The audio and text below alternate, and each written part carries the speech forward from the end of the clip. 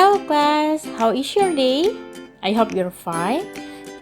Jumpa lagi di channel Mem Putri. Nah, di channel ini we'll learn about new materials, degree of comparison, atau disebut juga dengan tingkat perbandingan. Apa saja sih yang diperbandingin dalam degree of comparison ini? Nah, untuk lebih ketahuinya, tetap di channel ini dan lihat apa aja yang akan Mem kasih, mulai dari definition-nya, kemudian tipe degree of comparison-nya, serta contoh-contoh dari degree of comparison. Oke, kita masuk ke definition-nya. Degree comparison is a type of comparison used to compare something with another by using adjective for comparison. Nah, yaitu jenis perbandingan yang digunakan untuk membandingkan sesuatu dengan yang lain dengan menggunakan kata sifat untuk perbandingannya. Ini Mem ada kasih sedikit clue, gambar ya, untuk membedakan apa itu degree of comparison. Ada big, bigger, the biggest. Nah, untuk lebih ketahuinya bagaimana cara membuat tingkat perbandingan dalam satu kata adjektif, itu kita lihat tipe dulu dari degree of comparison. Nah, ada types degrees of comparison. Ada 3 tipe dari tingkat perbandingan. Yaitu pertama ada positive degree, kemudian yang kedua comparative degree, yang ketiga ada superlative form. Nah, yang pertama dulu kita masuk ke positive degree ataupun positive form, bentuk positif. Bentuk asli dari adjektif atau adverb dalam sebuah kalimat. Artinya bentuk positive degree adalah bentuk adjektif atau adverb yang tidak menunjukkan perbandingan. Example, Rita is a kind and humble girl. Yang kedua, Budi is diligent boy in the class. Nah, maksudnya itu di dalam positive degree ini kata sifat dasarnya.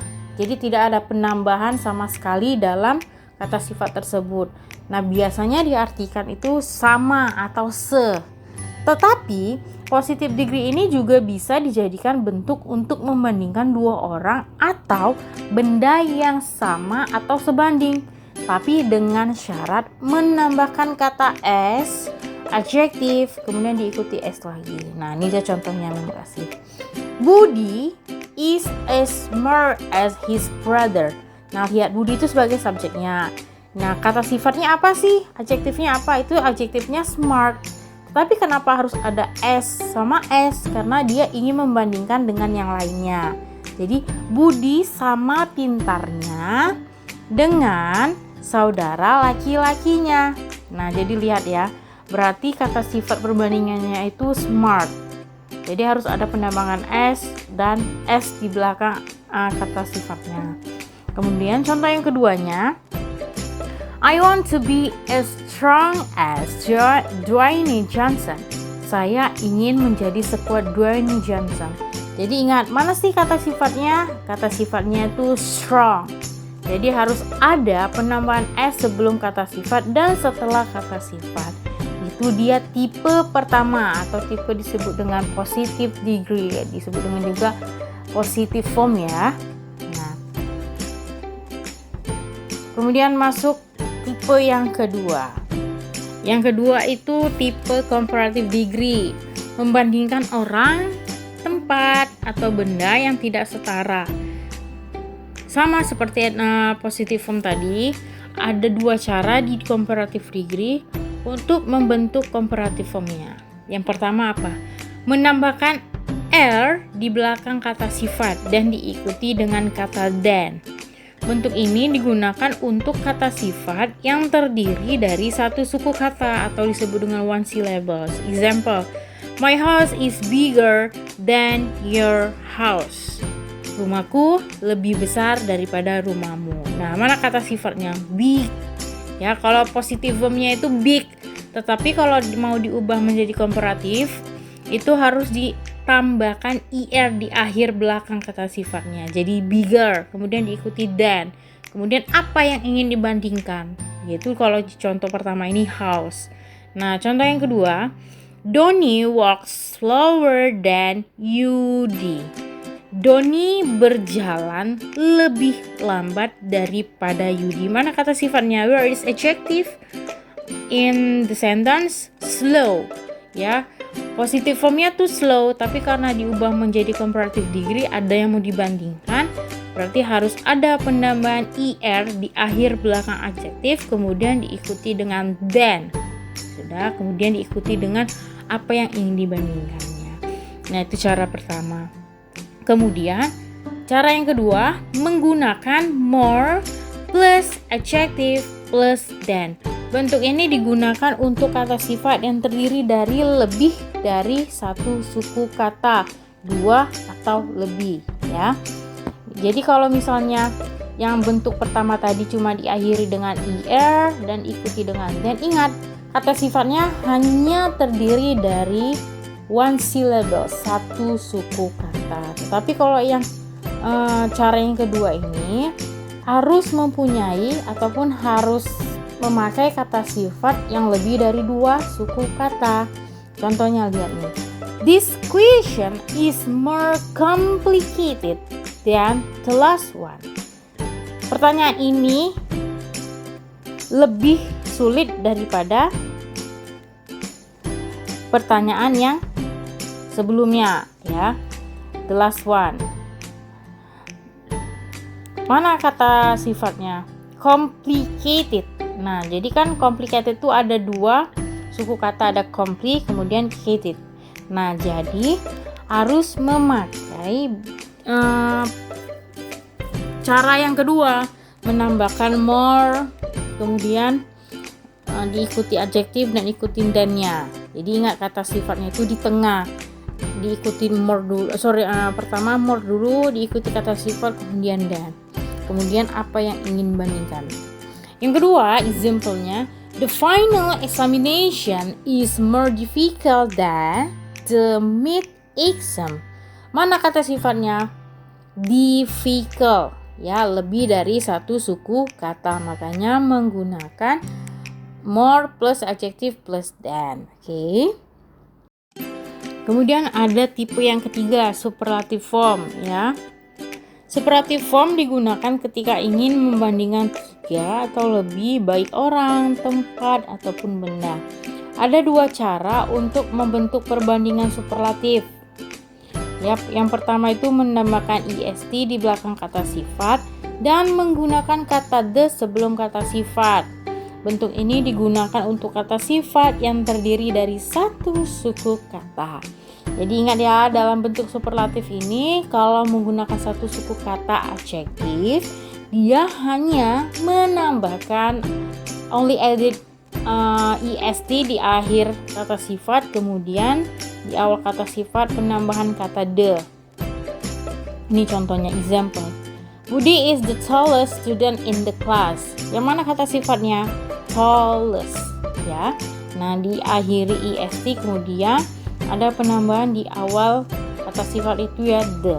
Kemudian contoh yang kedua, that is the biggest house in the village. Mana kata sifatnya? The biggest, ya. Big itu satu suku kata, one syllables. Jadi ada penambahan est di akhir kata sifat dan penambahan di awal the di awal kata sifat. Kemudian yang kedua, menambahkan kata the most sebelum kata sifat. The most itu artinya sama, paling, ya. Kalau the tallest itu sama juga, paling.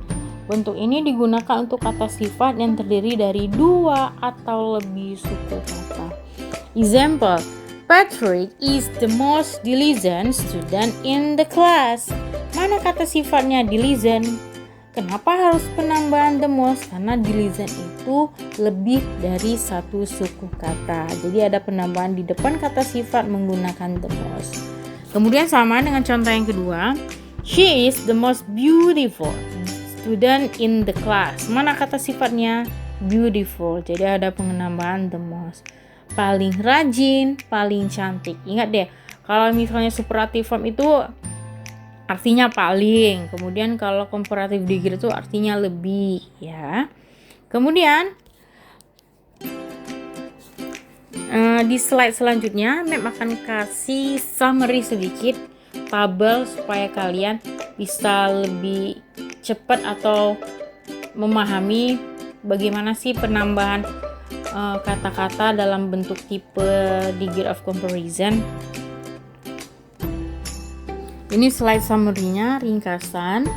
Lihat, itu di tabel itu ada group of adjective, kelompok adjektif. Yang pertama ada one syllable adjective and two syllable adjective yang berakhiran dengan y. Ya, satu suku kata dan dua suku kata yang diakhiri dengan huruf y. Ya, misalnya nih positifnya cheap, big. Nah, cheap sama big itu kan one syllable, satu suku kata.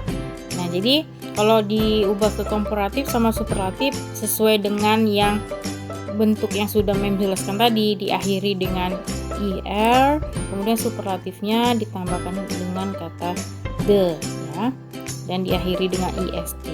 Kemudian kalau misalnya ada one syllables yang diganti menjadi komparatif, tapi di saat positifnya itu akhir katanya itu menggunakan y, huruf y, misalnya itu happy. Nah, jadi apa? Happier. Nah, kemudian the happiest.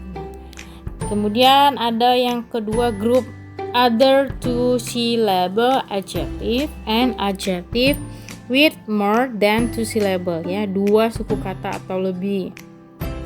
Misalnya expensive, serious, correct. Jadi komen tuh ada more sama less. Itu more itu misalnya lebih, ya, kemudian kurang dari. Nah, less itu kurang dari, more itu lebih dari. Yang mana aja sih untuk membandingkan sesuai dengan kalimatnya saja. Kemudian kalau di superlatif, less itu diubah menjadi less. Jadi dia berubah, bukan less lagi, ya. Kemudian yang ketiga ada irregular adjective, kata sifat dan tidak beraturan, dan quantifiers. Misalnya dia kata sifatnya good gitu, tapi kalau misalnya diubah ke komparatif sama superlatif tuh nggak bisa goodest ataupun good, misalnya gooder gitu, nggak bisa, tapi dia harus berubah. Jadi komparatif sama superlatif itu dia berubah jadi katanya. Misalnya good menjadi better, menjadi best, kemudian bad menjadi worse, the worst. Nah, itu nanti kalian bisa paham deh apa tuh irregular adjective. Yang penting that is important, you're often and the reason open your dictionary. Kemudian Mem akan kasih some example about irregular adjective. Nah, ini dia some example, ya, cuman beberapa aja Mem kasih example irregular adjective, ya, yang mana kata positive formnya itu bisa diubah ke komparatif sama superlatif itu berbeda dari kata dasar sebelumnya di positive form. Oke. Ada good, bad, little, kemudian much, far, ya, itu dalam kurung ada for yang untuk jarak, untuk waktu, late, near, kemudian old, ya. Untuk sedikit aja sih supaya menggambarkan mana aja yang positive formnya itu kalau diubah ke komparatif superlatif itu berbeda. Nanti kalau mau lebih contoh banyaknya, kalian bisa lihat di kamus ataupun search di Google kalian, ya. Masih banyak contoh yang lain. Oke, class, thank you for to stay tune in my channel. Makasih sudah lihat channel Mem dan sudah mau belajar tentang new materials about degree of comparison. I hope you all understand about new materials, and don't forget to stay clean and healthy in your home. Okay, see you and bye bye.